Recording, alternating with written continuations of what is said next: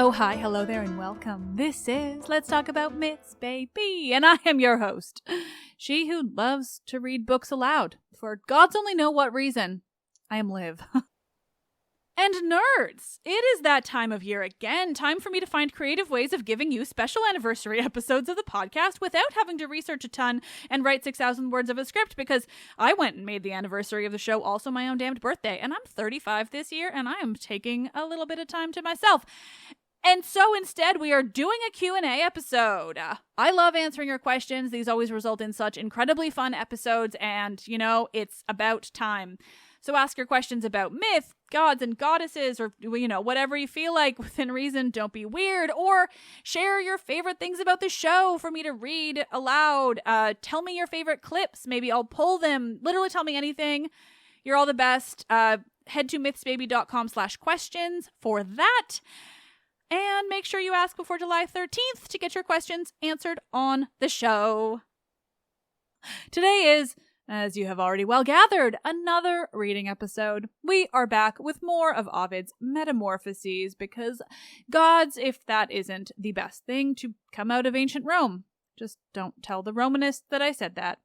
Now, today's book of Ovid is so unbelievably perfect, and I didn't even remotely plan for it to be this way, but today's book includes stories of Heracles, including his dealings with that centaur Nessos, and his last mortal wife, Deianira. It also features Heracles' divine wife, Hebe, and a story of Iolaus, Heracles' nephew and or young lover. It features none other than Iphis and Ianthe, even. Seriously, what are the chances we're getting direct readings of the ancient sources on characters that I've featured so recently in June's Pride Month? What a thrill. Plus, just to note that this book does leave right off from the last, where the river god Achelous was speaking with, I do believe, none other than Theseus, telling him a story. These are great bits of Ovid, and I can't wait to read them for you all, so let's not dawdle any longer.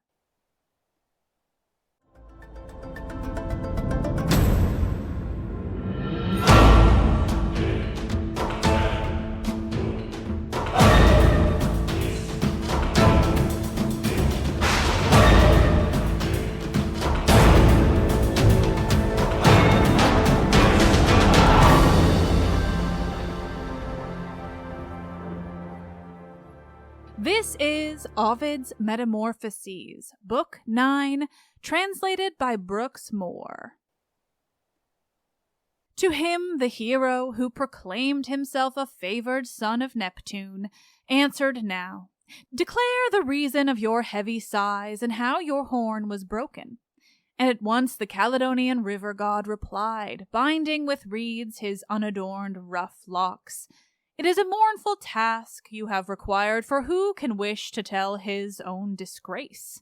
But truly I shall speak without disguise, for my defeat, if rightly understood, should be my glory. Even to have fought in battle with a hero of such might affords me consolation.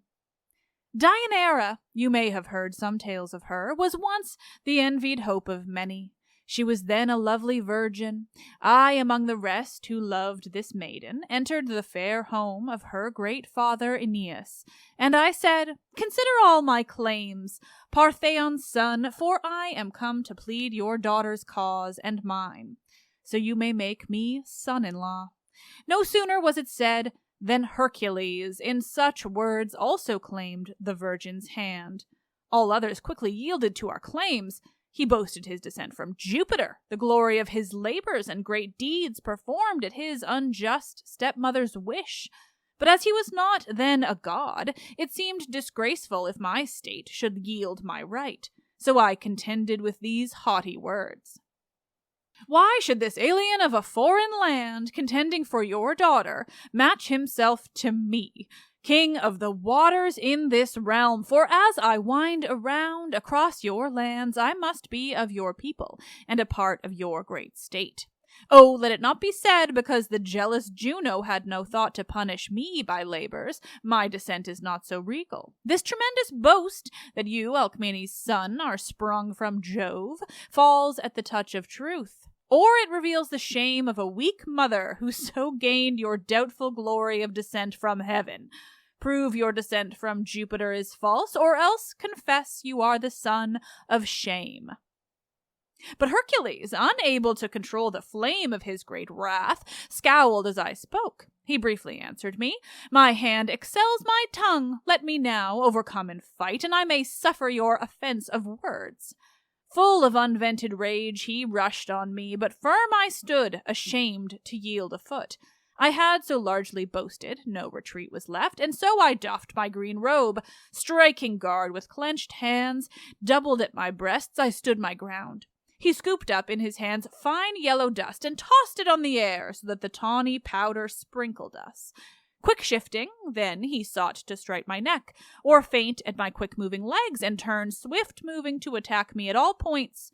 But as a huge cliff in the sea remains unmoved, unshaken by the sounding waves, so my great size, against his vain attacks, defended me securely. Back we went, retiring for a space, then rushed again together, furious, and with foot to foot, determined not to yield. Defiant stood, till, forward bending from my waist and hips, I pressed my forehead against his and locked his fingers into mine. So have I seen two strong bulls rush in combat for the good of some smooth heifer in the pasture, while the hood a-tremble and uncertain, wait ready to give allegiance to the one most worthy of dominion. Thrice in vain Hercules strove to push my breast from his, but I pressed ever closer, till, the fourth attempt succeeding, he unloosed my grip, and breaking from my circling arms, drew back, and struck me such a buffet with his hand, it twisted me about, and instantly he clung with all his weight upon my back. Believe me, I have not suppressed the truth, nor shall I try to gain applause not due. I seem to bear a mountain on my back, straining and dripping sweat. I broke his hold. With great exertion I unlocked his grip. He pressed upon me as I strained for breath, preventing a renewal of my strength, and seized upon my back. Then, at the last, my bent knee went down on the gritty earth. I bit the sand. So worsted in my strength, I sought diversion by an artifice, and changed me into a serpent. I then slipped from his tight clutches of my great length, and coiled my body, now transformed to snaky folds. Hissing, I darted my divided tongue, but Hercules, Alcides, only laughed, and in derision of my scheming said, "It was the pastime of my cradle days to strangle better snakes than you. And though your great strength may excel of all your kind, how small a part of that Lernaean snake would you, one serpent, be? It grew from wounds I gave. At first it had but 100 heads, and every time I severed one head from its neck, 2 grew there in the place of 1, by which its strength increased. This creature then, outbranching with strong serpents, sprung from death, and striving on destruction, I destroyed. What do you think will then become of you, disguised so in deceitful serpent form, wielding a borrowed weapon not your own?" And after he had ridiculed me thus, he gouged his fingers underneath my jaws so that my throat was tortured, as if squeezed with forceps while I struggled in his grip.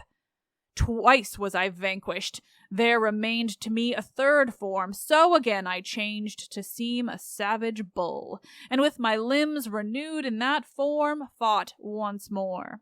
He threw his arms around the left side of my ponderous neck, and dragging me on, followed as I ran. He seized on me my hard horns, and tugging turned and twisted me until he fastened them firm in the surface of the earth, and pushed me, helpless, to the shifting sand beneath. Not yet content, he laid his fierce right hand on my tough horn, and broke and tore it from my mutilated head. This horn, now heaped with fruits delicious and sweet-smelling flowers, the Naiads have held sacred from that hour, devoted to the bounteous goddess Plenty. All this the river god said. Then a nymph, a lovely nymph like fair Diana dressed, whose locks were flowing down on either side, came graceful to the board, and brought to them of autumn's plenty in an ample horn, and gave to them selected apples for a second course. And now, as early dawn appeared, and as the rising sunlight flashed on golden summits of surrounding hills, the young men waited not until the stream, subsiding, had resumed its peaceful way, but all arose, reluctant, and went forth. Then Achelous, in his moving waves, hid his fine rustic features and his head, scarred by the wound which gave the horn of plenty. Loss of his horn had greatly humbled him. It was so cherished, though his only loss, but he could hide the sad disgrace with reeds and willow boughs entwined about his head. O Nessus, your fierce passion for the same maid utterly destroyed even you, pierced through the body by a flying arrow point. Returning to the city of his birth, great Hercules, the son of Jupiter, with his new bride, arrived upon the bank of swift Evenus, after winter rains had swollen it so far beyond its wont that, full of eddies, it was found to be impassable. The hero stood there, brave but anxious for his bride. Nessus, the centaur, strong-limbed and well acquainted with those fords, came up to him and said, "Plunge in the flood and swim with unimpeded strength, for with my help she will land safely over there." And so the hero, with no thought of doubt, trusted the damsel to the centaur's care, though she was pale and trembling with fear of the swift river and the centaur's aid. This done, the hero, burdened as he was with quiver and the lion skin, for he had tossed his club and curving bow across the river to the other bank, declared, "Since I have undertaken it, at once this rushing water must be overcome." And instantly he plunged in without thought of where he might cross with most ease, for he so scorned to take advantage of smooth water. And after he had gained the other bank, while picking up his bow, which was there thrown, he heard his wife's voice, anxious for his help. He called to Nessus, who was in the act then to betray his trust. "Vain confidence, you are not swift enough, vile ravisher, you two-formed monster Nessus. I warn you, hear me, and never dare to come between me and my love. If fear has no restraint, your father's dreadful fate on whirling wheel should frighten you from this outrageous act, for you cannot escape. Although you trust the fleet-foot effort of a rapid horse, I cannot overtake you with my feet, but I can shoot and halt you with a wound." His deed sustained the final warning word. He shot an arrow through the centaur's back, so that the keen barb was exposed beyond his bleeding breast. He tore it from both wounds, and life-blood spurted instantly, mixed with the deadly poison of Lernaean hydra. This Nessus caught, and muttering, "I shall not die unavenged," he gave his tunic, soaked with blood, to Deianira as a gift, and said, "Keep this to strengthen waning love." Now many years passed by, and all the deeds and labors of the mighty Hercules gave to the wide world his unequaled fame, and finally appeased the hatred of his fierce stepmother. All victorious, returning from Oechalia, he prepared to offer sacrifice, when at Cannaeum, upon an altar he had built to Jupiter. But tattling rumor, swollen out of truth from small beginning to a wicked lie, declared brave Hercules, Amphitrion's son, was burning for the love of Iole. And Deianira, his fond wife, convinced herself the wicked rumor must be true. Alarmed at the report of his new love at first, poor wife, she was dissolved in tears, and then she sank in grievous misery. But soon in angry mood she rose and said, "Why should I give up to my sorrow while I drown my wretched spirit in weak tears? Let me consider an effectual check, while it is possible, even before she comes, invader of my lawful bed. Shall I be silent or complain of it? Must I go back to Calydon or stay? Shall I depart unbidden from my house? Or, if no other method can prevail, shall I oppose my rival's first approach? O shade of Meleager, let me prove I am yet worthy to be called your sister, And in the desperate slaughter of his rival, the world, astonished, may be taught to fear the vengeance of an injured woman's rage. So torn by many wounds, at last her mind fixed on one thought. She might still keep his love, could certainly restore it if she sent to him the tunic soaked in Nessus's blood. Unknowingly, she gave the fatal cause of her own woe to trusting Lycus, whom she urged in gentle words to take the gift from her to her beloved husband, Hercules. He, unsuspecting, put the tunic on, all covered with Lernaean Hydra's poison. The hero then was casting frankincense into the sacred flames and pouring wine on marble altars as his holy prayers were floating to the gods. The hallowed heat striking upon his poisoned vesture caused Echidna's bane to melt into his flesh. As long as he was able, he withstood the torture. His great fortitude was strong. But when at last his anguish overcame even his endurance, he filled all the wiles of Ida with his cries. He overturned these hallowed altars. Then, in frenzied haste, he strove to pull the tunic from his back. The poisoned garment, cleaving to him, ripped his skin. Heat shriveled from his burning flesh. Or, tightening on him as his great strength pulled, stripped with it the great muscles from his limbs, leaving his huge bones bare. Even his blood audibly hissed as red-hot blades when they are plunged in water. So the burning bane boiled in his veins. Great perspiration streamed from his dissolving body as the heat consumed his entrails, and his sinews cracked, brittle when burnt. The marrow in his bones dissolved as it absorbed the venom heat. There was no limit to his misery. Raising both hands up towards the stars of heaven, he cried, "Come, Juno, feast upon my death, feast on me, cruel one. Look down from your exalted seat, behold my dreadful end, and glut your savage heart. Oh, if I may deserve some pity from my enemy, from you, I mean, this hateful life of mine take from me. Sick with cruel suffering and only born for toil, the loss of life will be a boon to me, and surely is a fitting boon, such as a stepmother's gift. Was it for this I slew Busiris, who defiled his temples with the stranger's blood?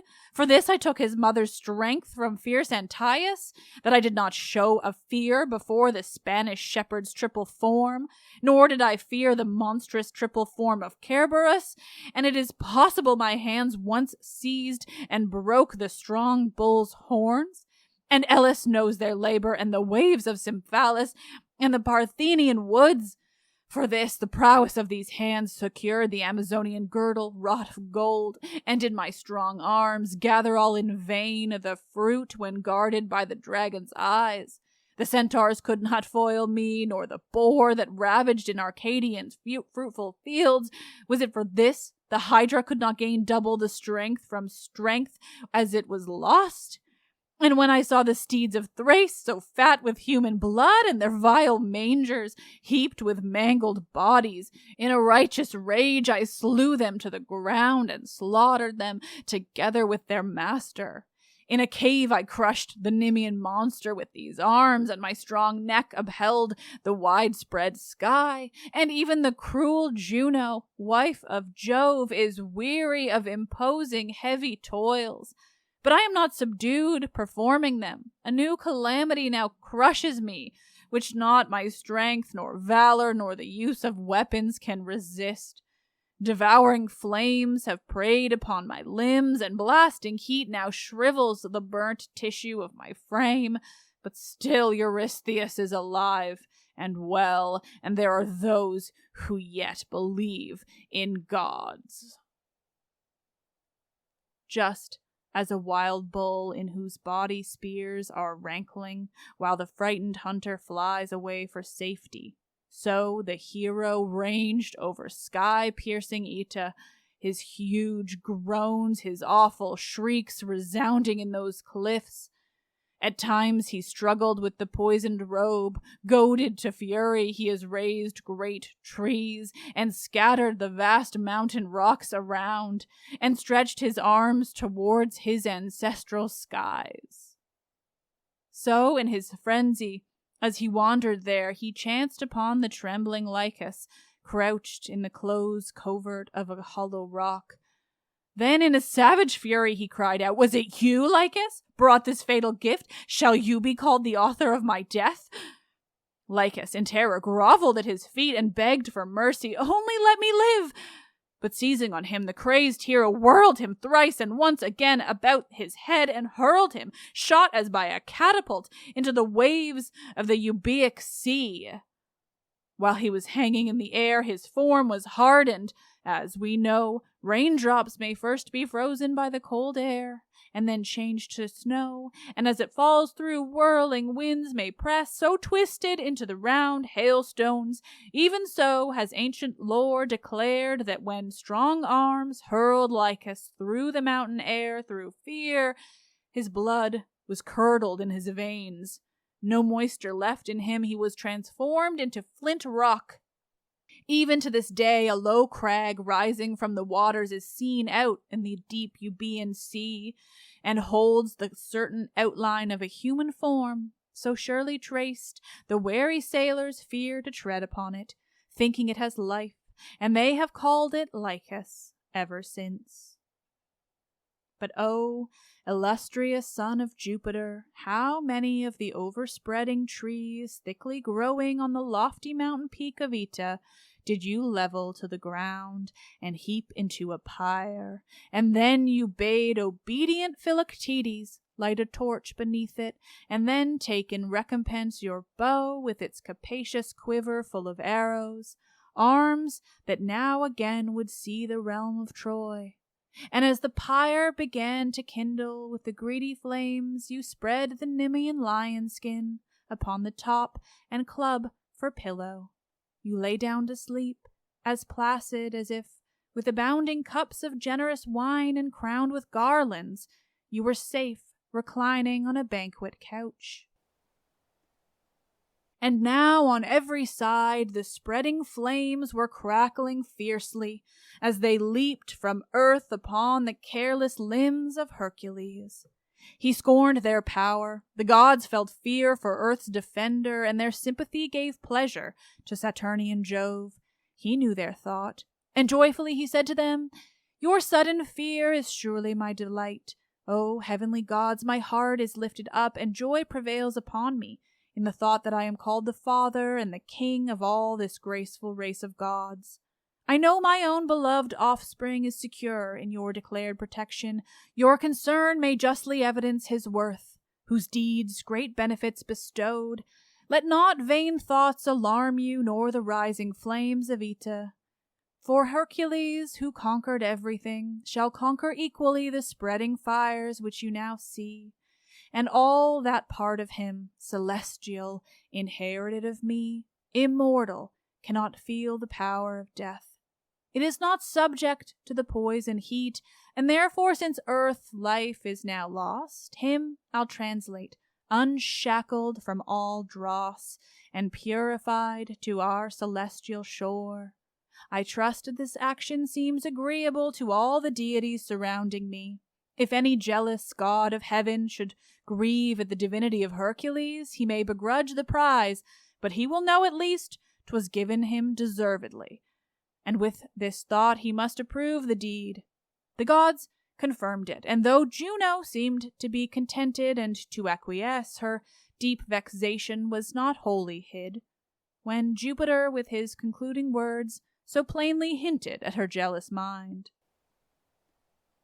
Now, while the gods conversed, the mortal part of Hercules was burned by Vulcan, but yet an outline of a spirit form remained. Unlike the well-known mortal shape derived by nature of his mother, He kept traces only of his father, Jove, and as a serpent, when it is revived from its old age, casts off the faded skin and, fresh with vigor, glitters in new scales, so when the hero had put off all his dross, his own celestial, wonderful, appeared, majestic and of god-like dignity, and him, the glorious father of the gods, in the great chariot drawn by 4 swift steeds, took up above the wide encircling clouds, and set him there amid the glittering stars.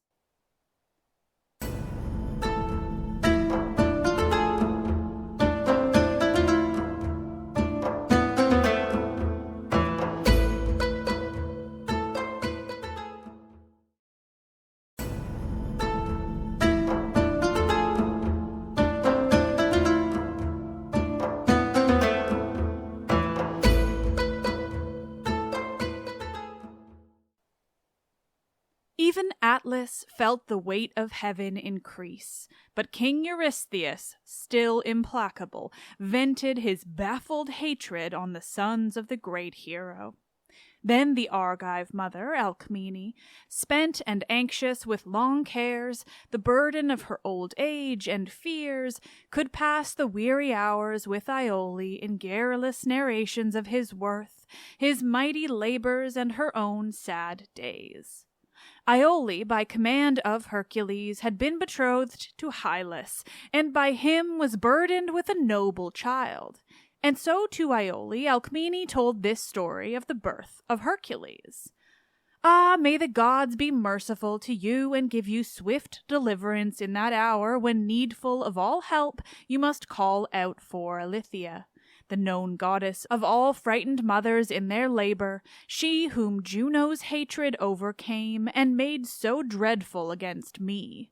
For when my hour of bearing Hercules was very near, and when the 10th sign of the zodiac was traversed by the sun, my burden then became so heavy, and the one I bore so large, you certainly could tell that Jove must be the father of the unborn child.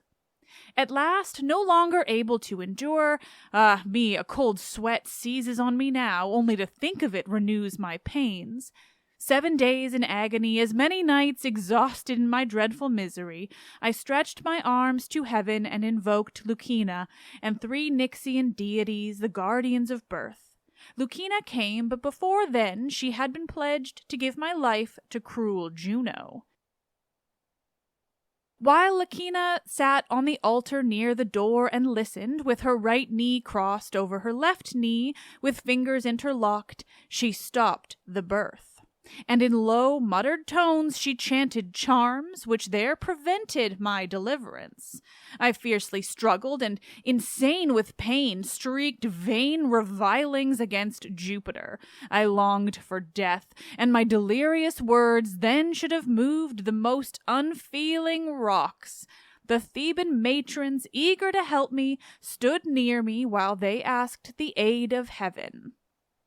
And there was present of the common class my maid Galanthus, with her red gold hair, efficient and most willing to obey her worthy character deserved my love. She felt assured Juno unjustly worked some spell of strong effect against my life, and when this maid beheld Lucina perched so strangely on the altar, with her fingers interwoven on her knees and tightly pressed together in a gripping finger comb, she guessed that jealous Juno was the cause. Quick-witted, in a ringing voice, this maid cried out, "Congratulations! All is well! Alcmene is delivered, a fine child so safely brought forth." Her true prayers approved. Lucina, who presides at birth, surprised, leapt up, unclenched her hands, as one amazed. Just as her hands unfastened and her knees were parted from their stricture, I could feel the bonds of stricture loosen, and without more labor was delivered of my child. 'Tis said Galanthus laughed and ridiculed the cheated deity, and as she laughed, the vixen goddess caught her by the hair and dragged her upon the ground, while she was struggling to arise, held her, and there transformed both of her arms to animal forelegs. Her old activity remained, her hair was not changed, but she did not keep her maiden form. And ever since that day, because she aided with deceitful lips, her offspring are brought forth through the same mouth. Changed to a weasel, she dwells now with me. When she had ended the sad tale, she heaved a deep sigh, in remembrance of her tried, beloved servant, and her daughter-in-law Iole kindly answered in these words. "Oh, my dear mother, if you weep because of her who was your servant, now transformed into a weasel, how can you support the true narration of my sister's fate, which I must tell you, although my tears and sorrows hinder and forbid my speech? Most beautiful of all Icalian maids was Driope, her mother's only child, for you must know I am the daughter of my father's second wife. She is not now a maid because, through violence of him who rules at Delphi and at Delos, she was taken by Andremon, who since then has been accounted happy in his wife. There is a lake surrounded by sweet lawns, encircling beauties, where the upper slope is crowned with myrtles in fair sunny groves. Without a thought of danger, Driope in worship one day went to gather flowers. Who hears has greater cause to be indignant. Delightful garlands for the water nymphs, and in her bosom carried her dear son, not yet a year old, whom she fed for love. Not far from that dream lake in moisture grew a lotus, beautiful in purple bloom, the blossoms promising its fruit was near. At play with her sweet infant, Driope plucked them as toys for him. I too was there, eagerly. Also, I put forth my hand and was just ready to secure a spray, when I was startled by some drops of blood down falling from the blossoms which were plucked, and even the trembling branches shook in dread. Who wills the truth of this may learn from all quaint people of that land, who still relate the story of nymph Lotus. She, they say, while flying from the lust of Priapus, was transformed quickly from her human shape into this tree, though she kept her name. But ignorant of all this, Driope, alarmed, decided she must now return. So, having first adored the hallowed nymphs, upright she stood, and would have moved away, but both her feet were tangled in a root. There, as she struggled its tightening hold, she could move nothing save her upper parts, and growing from that root, live bark began to gather slowly upward from the ground, spreading around her till it touched her loins.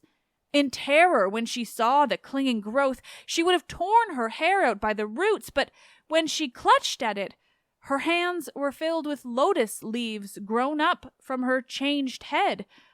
Alas, her little son Amphissos felt his mother's bosom harden to his touch, and no life stream refreshed his eager lips. And while I saw your cruel destiny, O my dear sister, and could give no help, I clung to your loved body and around the growing trunk and branches, hoping so to stop their evil growth, and, I confess, endeavored there to hide beneath the bark.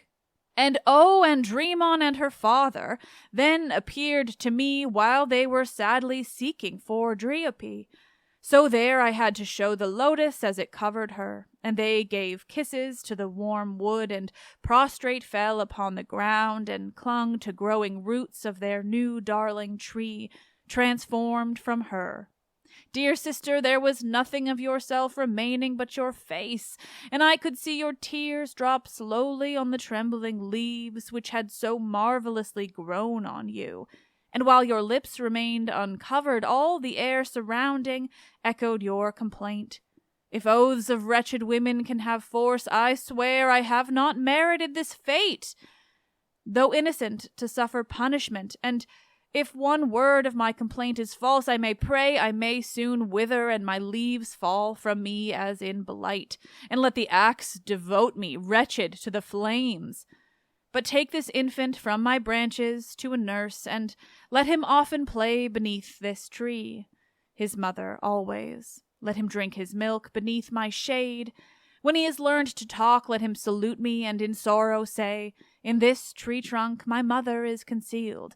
Oh, let him dread the fate that lurks in ponds, and let him often play beneath this tree, and let him be persuaded every shrub contains the body of a goddess. Farewell, my husband, sister, and farewell, my father. If my love remain in you, remember to protect my life from harm, so that the pruning knife may never clip my branches, and protect my foliage from the browsing sheep. I cannot stoop to you. Oh, if you love me, lift your lips to mine, and let me kiss you, if but once again, before this growing lotus covers me.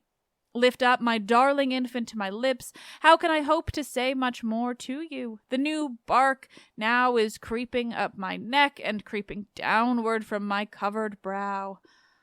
Do not close my live eyes with your hands. There is no need of it, for growing bark will spread and darken them before I die. Such were the last words her poor smothered lips could utter, for she was so quickly changed, and long thereafter the new branches kept the warmth of her lost body, so transformed. And all the while that Iole told this, tearful in sorrow for her sister's fate, Alcmene, weeping, tried to comfort her, but as they wept together, suddenly a wonderful event astonished them, for standing in the doorway they beheld the old man Iolaus, known to them, but now transformed from age to youth. He seemed almost a boy, with light down on his cheeks, for Juno's daughter Hebe had renewed his years to please her husband, Hercules. Just at the time when ready to make oath she would not grant such gifts to other men, Themis had happily prevented her. For even now, she said, a civil strife is almost ready to break forth in Thebes, and Capaneus shall be invincible to all save the strong hand of Jove himself. And there 2 hostile brothers shall engage in bloody conflict, and Amphiaraus shall see his own ghost deep in yawning earth. His own son, dutiful to him, shall be both just and unjust in a single deed, for he in vengeance for his father's death shall slay his mother, and confounded lose both home and reason, persecuted both by the grim Furies and the awful ghost of his own murdered mother. This until his wife, deluded, shall request of him the fatal golden necklace, and until the sword of Phegeus drains his kinsman's blood. And then at last his wife, Callirrhoe, shall supplicate the mighty Jupiter to grant her infant sons the added years of youthful manhood. Then shall Jupiter let Hebe, guardian of ungathered days, grant from the future to Callirrhoe's sons the strength of manhood in their infancy. Do not let their victorious father's death be unavenged a long while. Jove, prevailed upon, will claim beforehand all the gifts of Hebe, who is his known daughter-in-law, and his stepdaughter, and with one act change Callirrhoe's beardless boys to men of size. When Themis, prophesying future days, had said these words, the gods of heaven complained, because they also could not grant the gift of youth to many others in this way. Aurora wept because her husband had white hair, and Ceres then bewailed the age of her Iasion, gray and stricken old, and Vulcan demanded with new life his Erichthonius might appear again, and Venus, thinking upon future days, said old Anchises' years must be restored, and every god preferred some favorite, until vexed with the clamor Jupiter implored. If you can have regard for me, consider the strange blessings you desire. Does any one of you believe he can prevail against the settled will of fate? As Iolaus returned by fate to those years spent by him, so the fates Callirrhoe's sons from infancy must grow to manhood with no struggle on their part or force of their ambition. And you should endure your fortune with contented minds. I also must give all control to fate. If I had power to change the course of fate, I would not let advancing age break down my own son, Aeacus, nor bend his back with the weight of year, and Rhadamanthus should retain an everlasting flower of youth, together with my own son Minos, who is now despised because of his great age, so that his scepter has lost dignity. Such words of Jupiter controlled the gods, and none continued to complain, when they saw Aeacus and Rhadamanthus old, and Minos also weary of his age. And they remembered Minos in his prime had warred against great nations, till his name, if mentioned, was a certain cause of fear. But now, enfeebled by great age, he feared Miletus, Dionea's son, because of his exultant youth and strength derived from his great father Phoebus. And although he well perceived Miletus's eye was fixed upon his throne, he did not dare to drive him from his kingdom, but also not forced. Miletus of his own accord did fly by swift ship over to the Asian shore, across the Aegean water, where he built the city of his name. Chiane, who was known to be the daughter of the stream Meander, which many a twist and turn flows wandering there, Chiane, said to be indeed most beautiful when known by him, gave birth to two, a girl named Byblis, who was lovely, and the brother Caunus, twins. Byblis is an example that the love of every maiden must be within law. Seized with a passion for her brother, she loved him, descendant of Apollo, not as sister loves a brother, not in such a manner as the law of man permits.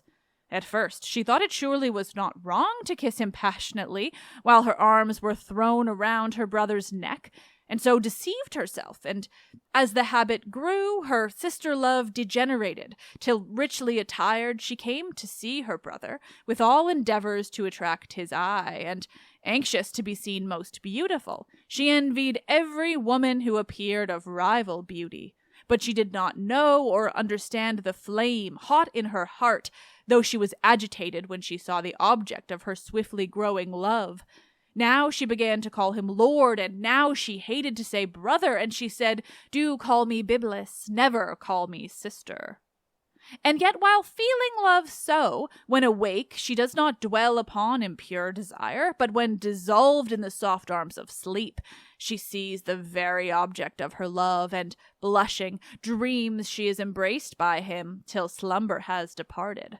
For a time she lies there silent as her mind recalls the love appearance of her lovely dream, until her wavering heart in grief exclaims, "What is this vision of the silent night? Ah, wretched me, I cannot count it true, and if he were not my own brother, why is my fond heart tortured with this dream?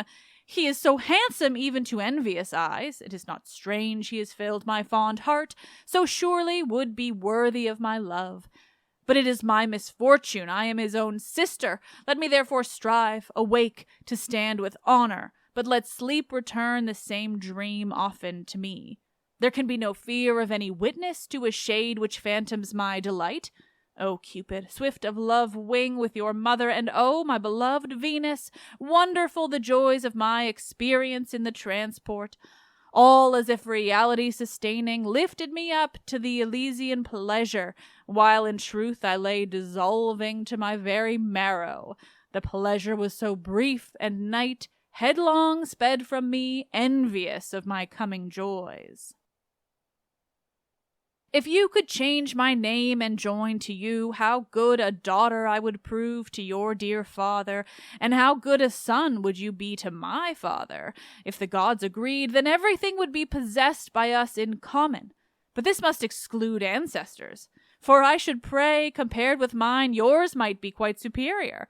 But oh, my love, some other woman by your love will be a mother. But because, unfortunate, my parents are the same as yours, you must be nothing but a brother. Sorrows, then, shall be to us in common from this hour. What have my night-born visions signified? What weight have dreams? Do dreams have any weight?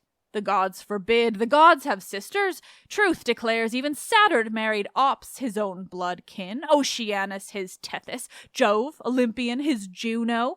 But the gods are so superior in their laws, I should not measure human customs by the rights established in the actions of divinity. This passion must be banished from my heart, or if it cannot be so, I must pray that I may perish, and be laid out dead upon my couch, so my dear brother there may kiss my lips. But then he must consent, and my delight would seem to him a crime. 'Tis known the sons of Aeolus embraced their sisters, but why should I think of these? Why should I take example from such lives? Must I do as they did? Far from it. So let such lawless flames be quenched until I feel no evil love for him, although the pure affection of a sister may be mine and cherished. If it should have happened first that my dear brother had loved me, then I might have yielded love to his desire. Why not now? I myself must woo him, since I could not have rejected him if he had first wooed me. But it is possible for me to speak of it with proper words describing such a strange confession? Love will certainly compel and give me speech, but if shame seal my lips, the secret flame in a sealed letter may be safely told. And after all this wavering, her mind at last was satisfied, and as she leaned on her left elbow, partly raised from her half-dream position, she said, "Let him see, let me at once confess my frantic passion without repression. Oh, my wretched heart, what hot flame burns me!" But while speaking so, she took an iron pen in her right hand, and trembling wrote the heart words as she could, all on a clean wax tablet, which she held in her limp left hand. She begins and stops and hesitates. She loves and hates her hot confession, writes, erases, changes here and there, condemns, approves, disheartened, throws her tablets down and takes them up again. Her mind refuses everything she does, and moves against each action as begun. Shame, fear, and bold assurance mingled show upon her face as she began to write, "Your sister," but at once decided she could not say sister, and commenced instead with other words on her amended wax. "A health to you, which she who loves you fails to have, unless you grant the same to her. It shames me, oh, I am ashamed to tell my name to you, and so without my name, I would I might plead well until the hopes of my desires were realized, and then you might know safely Biblis is my name. You might have knowledge of my wounded heart, because my pale drawn face and downcast eyes, so often tearful, and my sighs without apparent cause have shown it, and my warm embraces and my frequent kisses, much too tender for a sister. All of this has happened while with agitated heart and in hot passion I have tried all ways. I call upon the gods to witness it, that I might force myself to sanity. And I have struggled wretched nights and days to overcome the cruelties of love, too dreadful for a frail girl to endure, for they must surely are all Cupid's art. I have been overborne and must confess my passion, while with timid prayers I plead, for only you can save me. You alone may now destroy the one who loves you best, so you must choose what will be the result. The one who prays is not your enemy, but one most closely joined to you, yet asks to knit the tie more firmly. Let old men be governed by propriety, and talk of what is right and wrong, and hold to all the nice distinctions of strict laws. But love has no fixed law for those whose age is ours, is heedless and compliant. And we have not yet discovered what is right or wrong, and all we should do is to imitate the known example of the gods. We have no father's harsh rule, and we have no care for reputation, and no fear that keeps us from each other. But there may be cause for fear, and we may hide our stolen love, because a sister is at liberty to talk with her dear brother. Quite apart, we may embrace and kiss each other, though in public, what is wanting? Pity her whose utmost love compels her to confess, and let it not be written on her tomb, her death was for your sake, and love denied. Here, when she dropped the tablet from her hand, it was so full of fond words, which were doomed to disappoint, that the last line traced the edge, and without thinking of delay, she stamped the shameful letter with her seal, and moistened it with tears. Her tongue failed her for moisture. Then, hot blushing, she called one of her attendants with timid voice, said, coaxing, "My most trusted servant, take these tablets to my—" After long delay, she said, "My brother." While she gave the tablets, they suddenly slipped from her hands and fell. Although disturbed by this bad omen, she still sent the letter, which the servant found an opportunity to carry off. He gave the secret love confession. This, her brother, grandson of Meander, read but partly, and with sudden passion threw the tablets from him. He could barely hold himself from clutching on the throat of her fear-trembling servant, as, enraged, he cried, "Accursed pander to forbidden lust, be gone, before the knowledge of your death is added to this unforeseen disgrace." The servant fled in terror, and told all her brother's actions and his fierce reply to Byblis. And when she had heard her love had been repulsed, her startled face went pale, and her whole body trembled in the grip of ice chills. Quickly, as her mind regained its usual strength, her maddening love returned, came back with equal force, and while she choked her with emotion, gasping, she said this: "I suffer only from my folly. Why did I so rashly tell him of my wounded heart? And why did I so hastily commit to tablets all I should have kept concealed?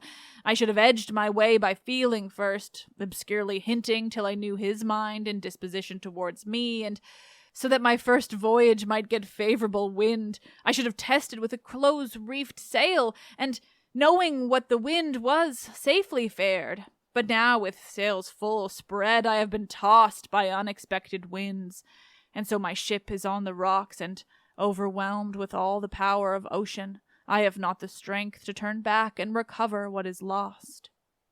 Surely clear omens warned me not to tell my love so soon, because the tablets fell just when I would have put them in the hand of my picked servant, certainly a sign my hasty hopes were destined to fall down. It is not clear I should have changed the day, and even my intention. Rather say, should not the day have been postponed at once? The god himself gave me unerring signs. If I had not been so deranged with love, I should have spoken to him face to face, and with my own lips have confessed it all. And then my passion had been seen by him, and as my face was bathed in tears, I could have told him so much more than words engraved on tablets. And while I was telling him, I could have thrown my arms around his neck, and if rejected, I could have seemed almost at point of death, as I embraced his feet while prostrate, even might have begged for life.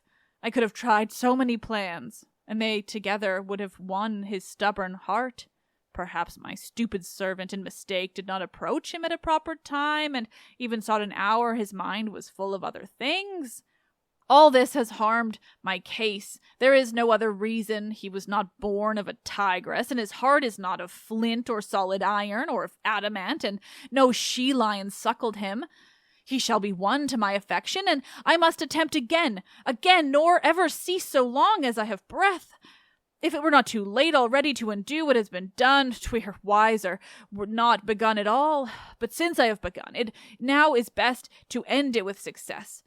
How can he help remembering what I dared, although I should abandon my design? In such a case, because I gave up, I must be to him weak, fickle-minded, or perhaps he may believe I tried to tempt him with a snare.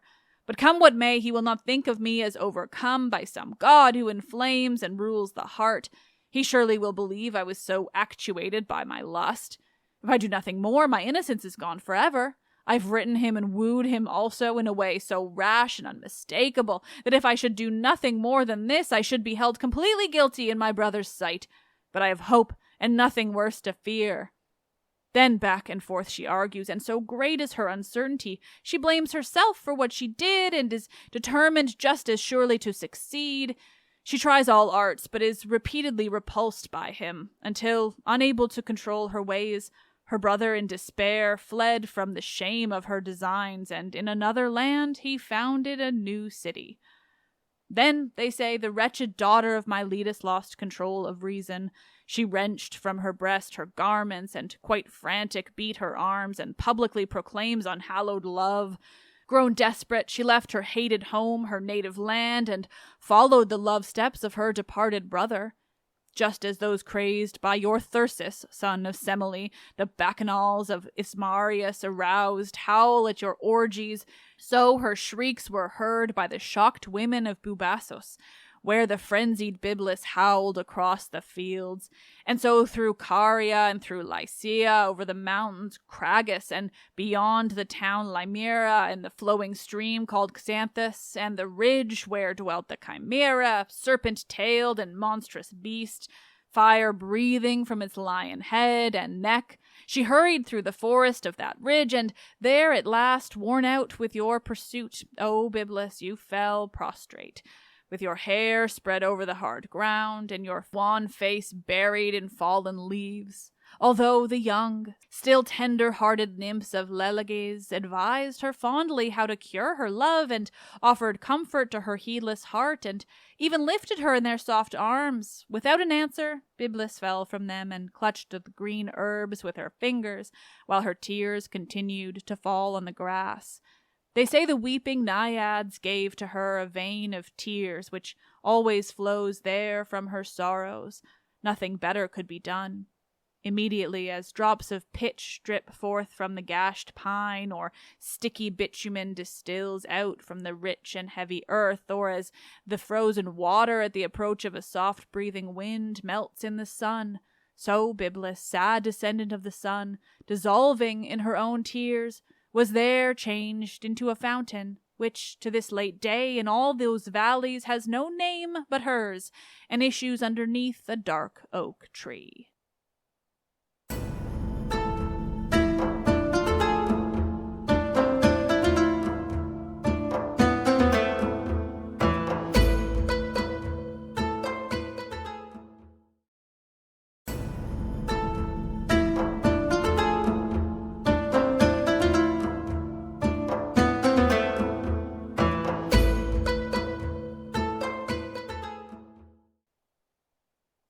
The tale of this unholy passion would perhaps have filled Crete's 100 cities then, if Crete had not a wonder of its own to talk of, in the change of Iphis.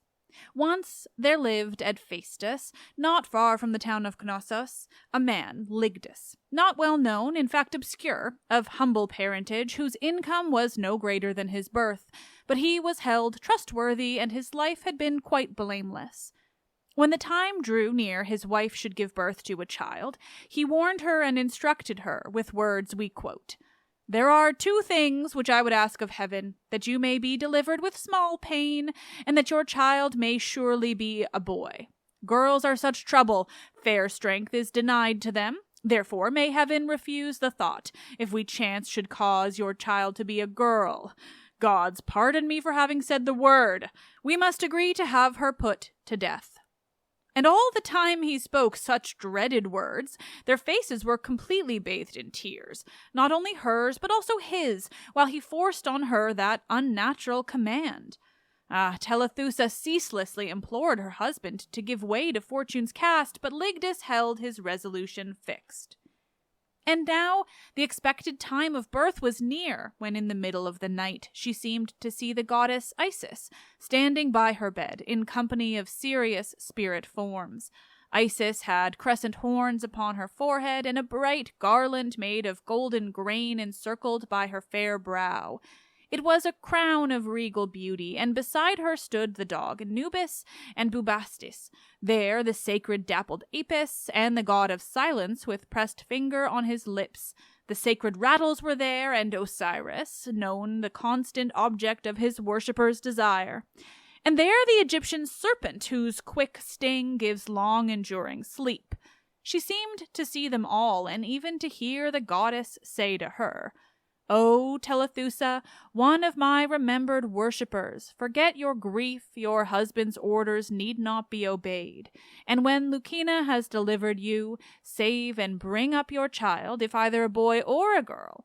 I am the goddess who brings help to all who call upon me, and you shall never complain of me, that you adored a thankless deity." So she advised by vision the sad mother, and left her. The Cretan woman joyfully arose from her sad bed and, supplicating, raised ecstatic hands up towards the glistening stars, and prayed to them her vision might come true.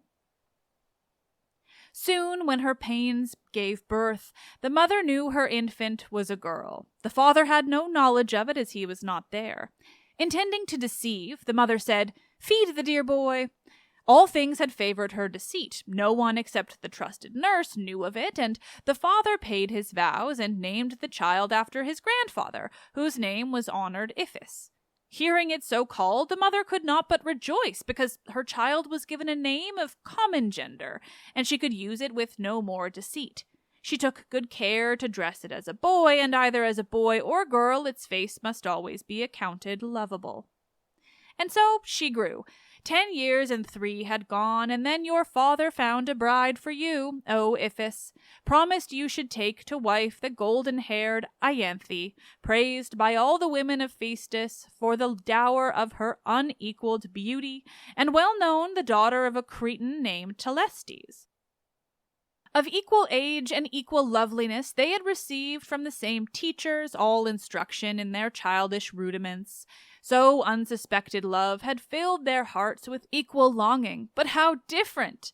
Ianthe waits in confidence and hope the ceremonial as agreed upon, and is quite certain she will wed a man. But Iphis is in love without one hope of passion's ecstasy, the thought of which only increased her flame, and she, a girl, is burnt with passion for another girl. She hardly can hold back her tears, and says, "Oh, what will be the awful dreaded end, with such a monstrous love compelling me? If the gods should wish to save me, certainly they should have saved me, but if their desire was for my ruin, still they should have given some natural suffering of humanity.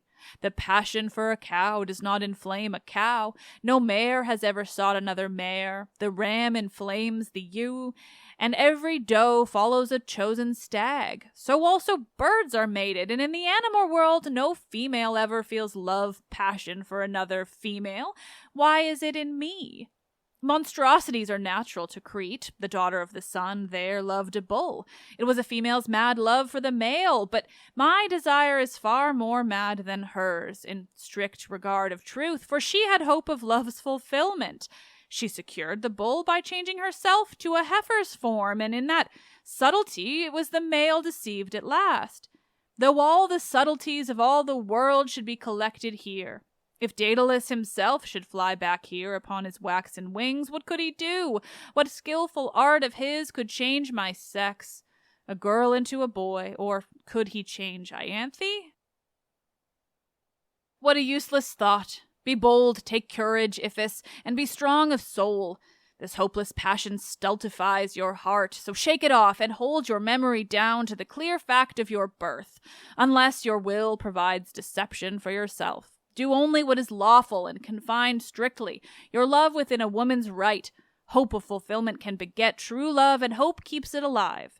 You are deprived of this hope by nature of your birth. No guardian keeps you from her dear embrace, no watchful, jealous husband, and she has no cruel father. She does not deny herself to you. With all that liberty, you cannot have her for your happy wife, though gods and men should labor for your wish. None of my prayers has ever been denied. The willing deities have granted me whatever should be, and my father helps me accomplish everything I plan. She and her father also always help. But nature is more powerful than all, and only nature works for my distress. The wedding day already is at hand, the longed-for time is come. Ianthe soon will be mine only, and yet not my own. With water all around me I shall thirst. Oh, why must Juno, goddess of sweet brides, and why should Hymen also favor us, when man with woman cannot join in wedlock, when both are brides? And so she closed her lips. The other maiden flamed with equal love, and often prayed for Hymen to appear, but Telethusa, fearing that event, the marriage which Ianthe keenly sought, procrastinated, causing first delay by some pretended illness, and then gave pretense of omens and of visions seen sufficient for delay, until she had exhausted every avenue of excuse, and only one more day remained before the fateful time. It was so near at hand. Despairing then of finding other cause which might prevent the fated wedding day, the mother took the circled fillets from her own head and her daughter's head, and prayed as she embraced the altar. Her long hair spread out upon the flowing breeze, and said, "O Isis, goddess of Peritonium, the Meronic fields, Pharos, and Nile of 7 horns divided, oh, give help. Goddess of nations, heal us our fears. I saw you, goddess, and your symbols once, and I adored them all, the clashing sounds of Sistra and the torches of your train, and I took careful note of your commands, for which my daughter lives to see the sun.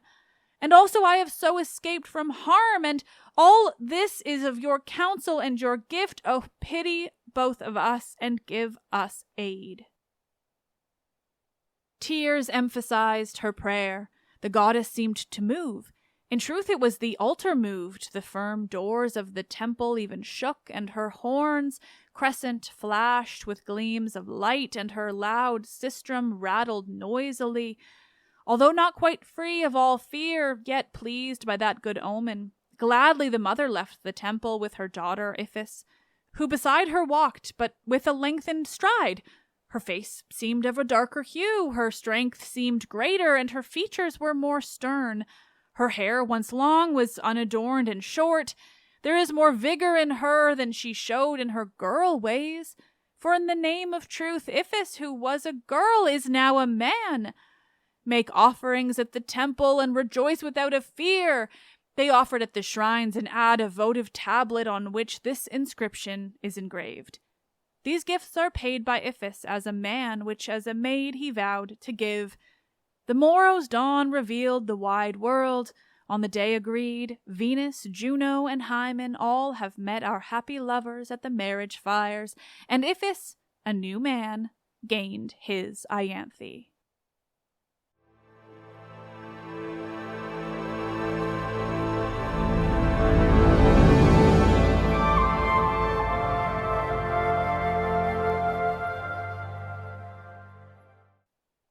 Oh, nerds, thank you all, as always, for listening. I do love these reading episodes. They're fun, and even though the translations can be supremely stuffy at times, they're still, an incredible way of experiencing these ancient sources. Even if that one about the chick who loved her brother was both weird and seriously long. It's one thing for me to tell the stories in detail like I do every week, but it really is another to hear them, even in, awkward old translations. It's still Ovid, and gods, is Ovid seriously fun. Plus, we're getting closer and closer to the parts of Ovid that I've never even read myself and certainly never used for the show, because soon we'll get to the parts of Ovid where he's essentially, retells his own version of Homer, and then the Aeneid, too, and even soon enough when he mythologizes Julius Caesar. It's just so damn fun. I'm so fucking glad you incredible nerds want to hear it. What a thrill. Let's talk about Myths, Baby is written and produced by me, Liv Albert. Michaela Smith is the Hermes to my Olympians. She handles so many podcast-related things. She's just amazing. These episodes are so long and it's so much of me talking nonstop that, this is going to be quick. Stephanie Foley's great. She also works to transcribe the show for YouTube and accessibility. We're hosted and monetized by iHeartMedia. Help me continue bringing you the world of ancient Greece, etc. Through Patreon. Patreon.com/mythsbaby. And you are all the best. So is Ovid. I am Liv and I love this shit.